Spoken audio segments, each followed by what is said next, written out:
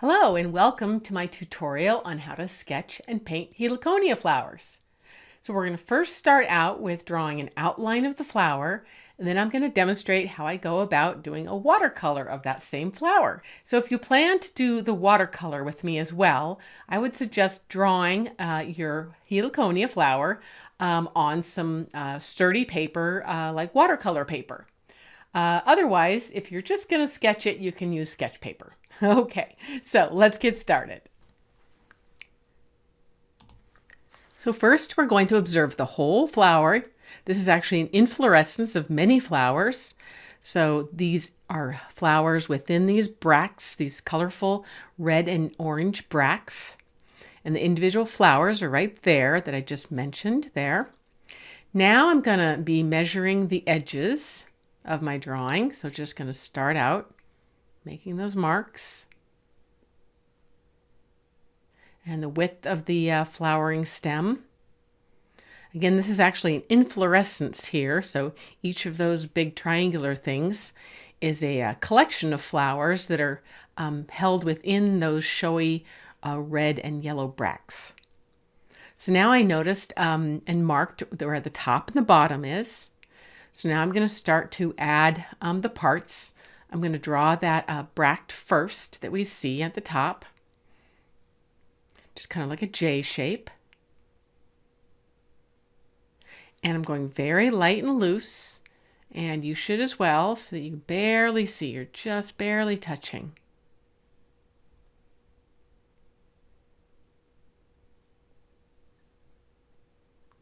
Then I'm going to start with the stem there, the flowering stem, and do that first flower at the top right.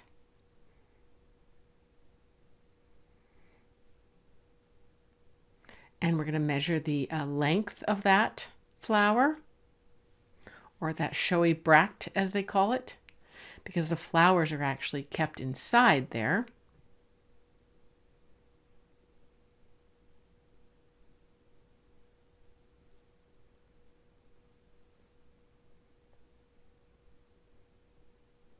And measuring the width at the base.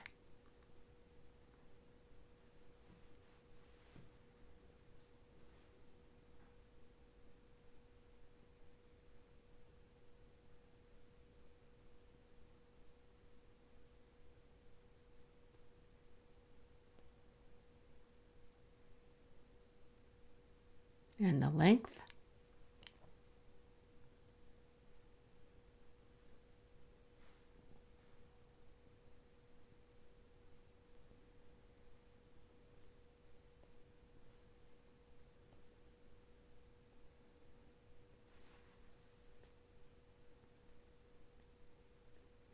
Now we're going to do the second one on the top left. And you see how that bract that we drew in the beginning overlaps a bit, and there's that nice negative shape there between the bract and the stem. And we're just going to lengthen it a little bit there. And we're still staying very light and loose just to get our outline before we darken things up. And drawing the length of that bract. Just a nice gentle arch. Doesn't have to be perfect. You know, plants are very different from animals in that they don't have exact measurements. Usually they're much more variable in their color and their size and their shape.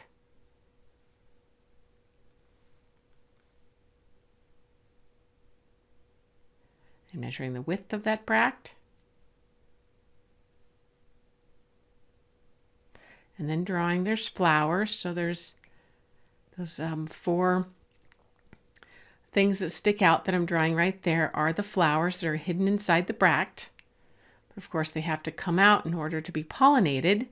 And most Heliconia flowers are pollinated by hummingbirds.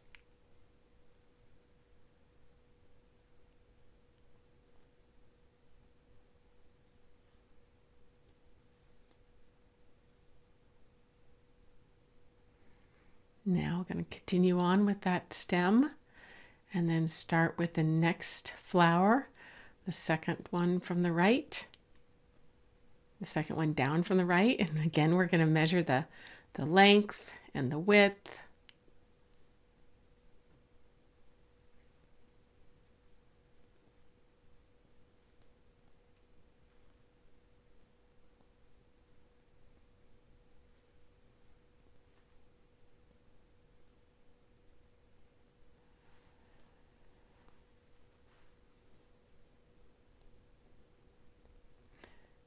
just firming it up a little bit before we add the flowers that are peeking out from under that yellow bract.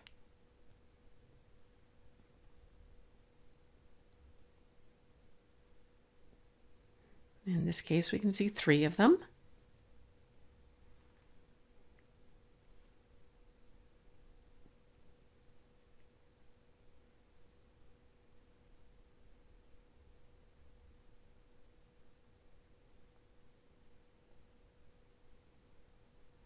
Now we're going to do that next bract, again measuring the width.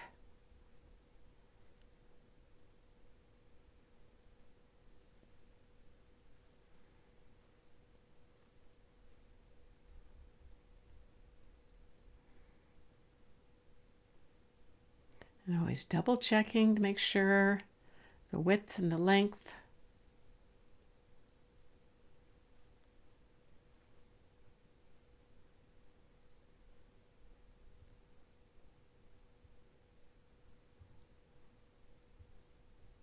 Now you notice that flower doesn't have, or that bract doesn't have any flowers sticking out. So actually the farther we go down the page, the newer the flowers are, and so they don't have the flowers poking out of the bracts as much.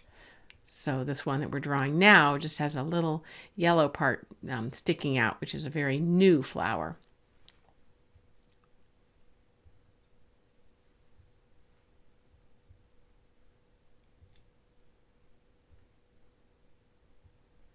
Oh, just staying light and loose, measuring our widths.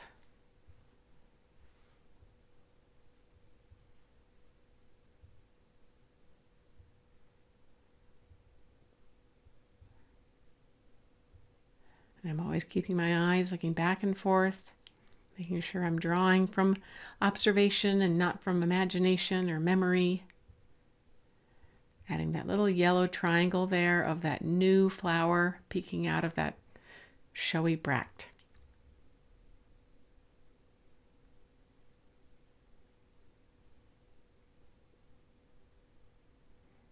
Now on to the next showy bract on the left. Getting that stem there, measuring the size of that negative shape between those 2 flowers before I start adding the bract, and going to measure the length and the width again.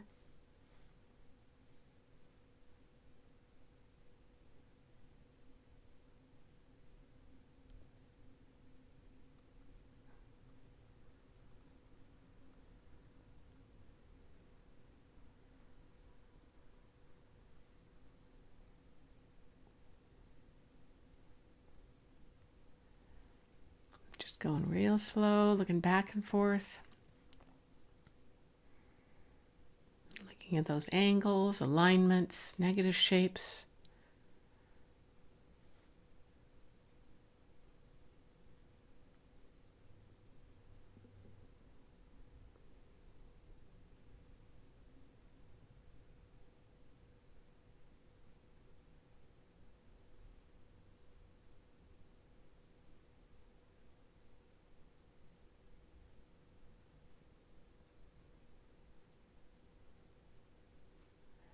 Making that a little more arched. Again, it doesn't have to be exact, but I like to be close. And again, you'll see how these lower flowers, or these showy bracts that is, are not showing the flowers that are inside of them. This is the newer part of the inflorescence, which isn't mature yet enough to have them open with the flowers.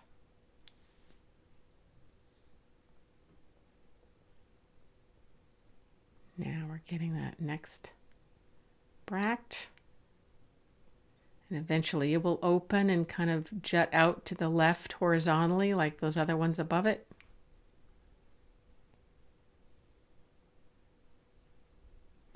Now getting the very last 2. It just looks like one that's down there, but there are actually 2 of them.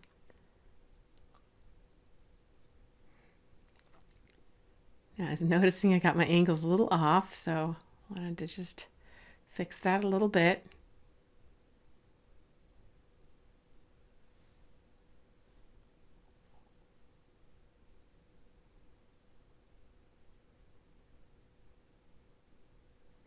Okay, so now that I've looked at the whole thing, I'm gonna just strengthen that line.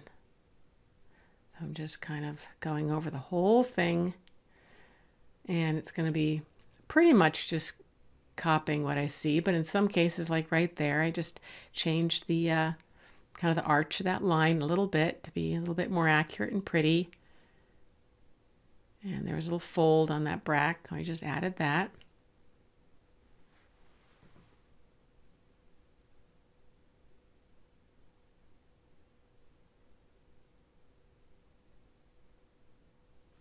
So I'm just going to keep going here and going to fast forward here.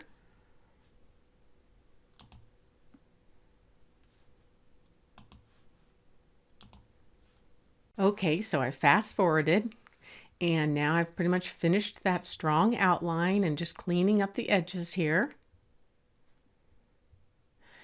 So you could just finish here and stop, or if you want to continue on with the watercolor section, that's what we'll do next.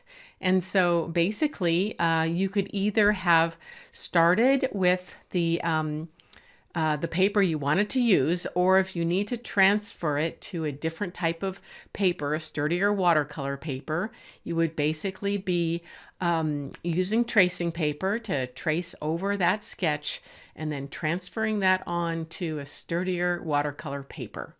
Okay, so let's pretend you've done that and we'll get started with the painting. So basically the materials I'm using are just a sturdy watercolor paper, and then I use a brush that has water in it already, and I've got a little palette here where I can mix my colors. I basically just have a yellow and a red and a blue, and from that I can make my oranges and greens and browns. Okay, so let's get started.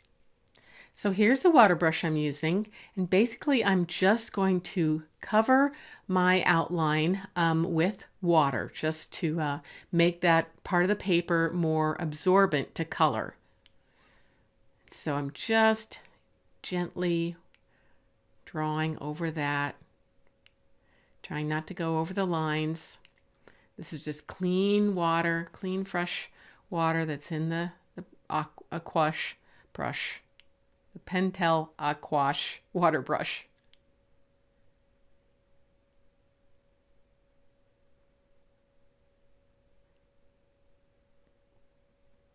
And that's just going to help the paint to flow better and to really soak into the paper a bit better. So next I'm going to get my paints, and I'm just going to cover the whole thing with yellow, since all the other colors in this plant are built from yellow later on. So making the orange and the reds and the greens, the base color is really a yellow. So I just make it easy, and I'm just going to cover the entire flower here with my yellow paint.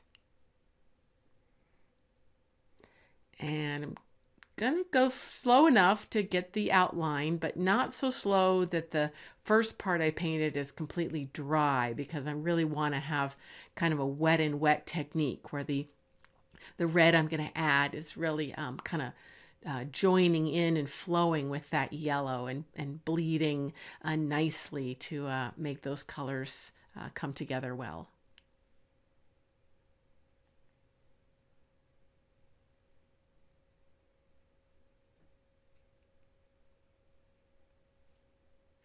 And this part of the video is sped up a bit faster for your convenience. I normally paint a little bit slower, but it's just a little bit faster, so you can see it easier. So now I'm just going to add, just mix up a warm red and just get enough there to paint my whole plant so I don't have to mix more. And now I'm just going to paint the red areas that I see. And so since I'm doing it still while the yellow is pretty wet, then that'll blend in really nicely. There'll be a nice gentle gradation between those yellow tips and the red basis of the flower. And you can already see it now, sort of the two colors bleeding into one another nicely.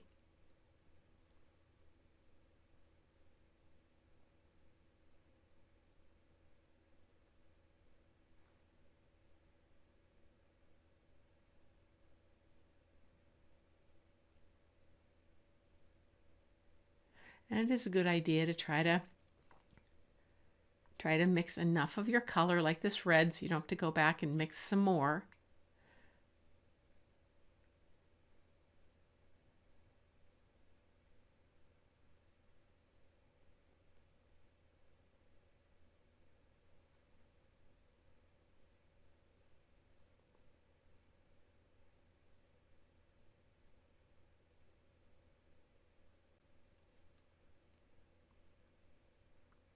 Now I'm just adding a little bit more, just deepening it up. It's really easy for watercolors to be too pale, so you have to really be bold. So I just noticed that, and I'm adding that in again, wet and wet. Just adding a little bit more of that red. I think actually that's a cooler red I'm adding for just a little bit of variation. But again, plants are really neat in that they're real variable with their colors.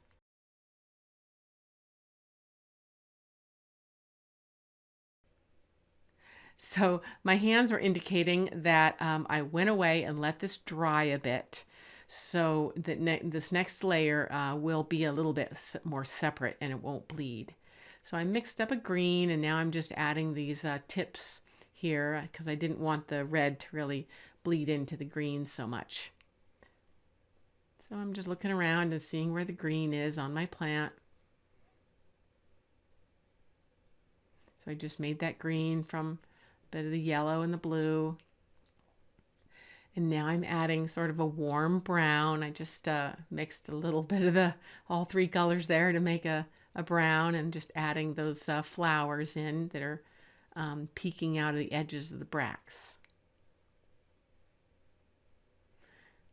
And now I'm just softening up those edges a bit because they do grade very gently between the yellow and the red. So just softening that up really with water, and just kind of squeezing a little water out of my brush to soften those up.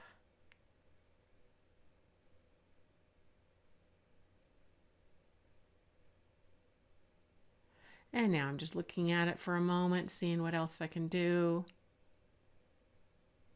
And I've decided to add a little bit of shadowing. So just noticing where there are some cast shadows on the edges of the stem and the top and the bottom of the those bracts. Looks a little bit too dark now, but I'm going to blend that in. And watercolors always look darker when you first put them on than when they dry. So again, you have to be bolder with your colors than you think you should be, so that your finished product isn't too pale. And now I'm just softening up those shadows, just blending them a little bit gently in. So that's it for the painting section. Now the last thing I'm going to do is add a little bit of highlights. And I didn't record this, but I used a charcoal pencil, like a white charcoal pencil. And what I did is I just add a little bit of highlights right in the middle of each of those red shiny bracts to help them stand out a little bit, make them a little bit more shiny looking. Okay, so I hope you enjoyed joining me today, and I hope you'll try painting a heliconia on your own. Thanks so much. Take care. Bye-bye.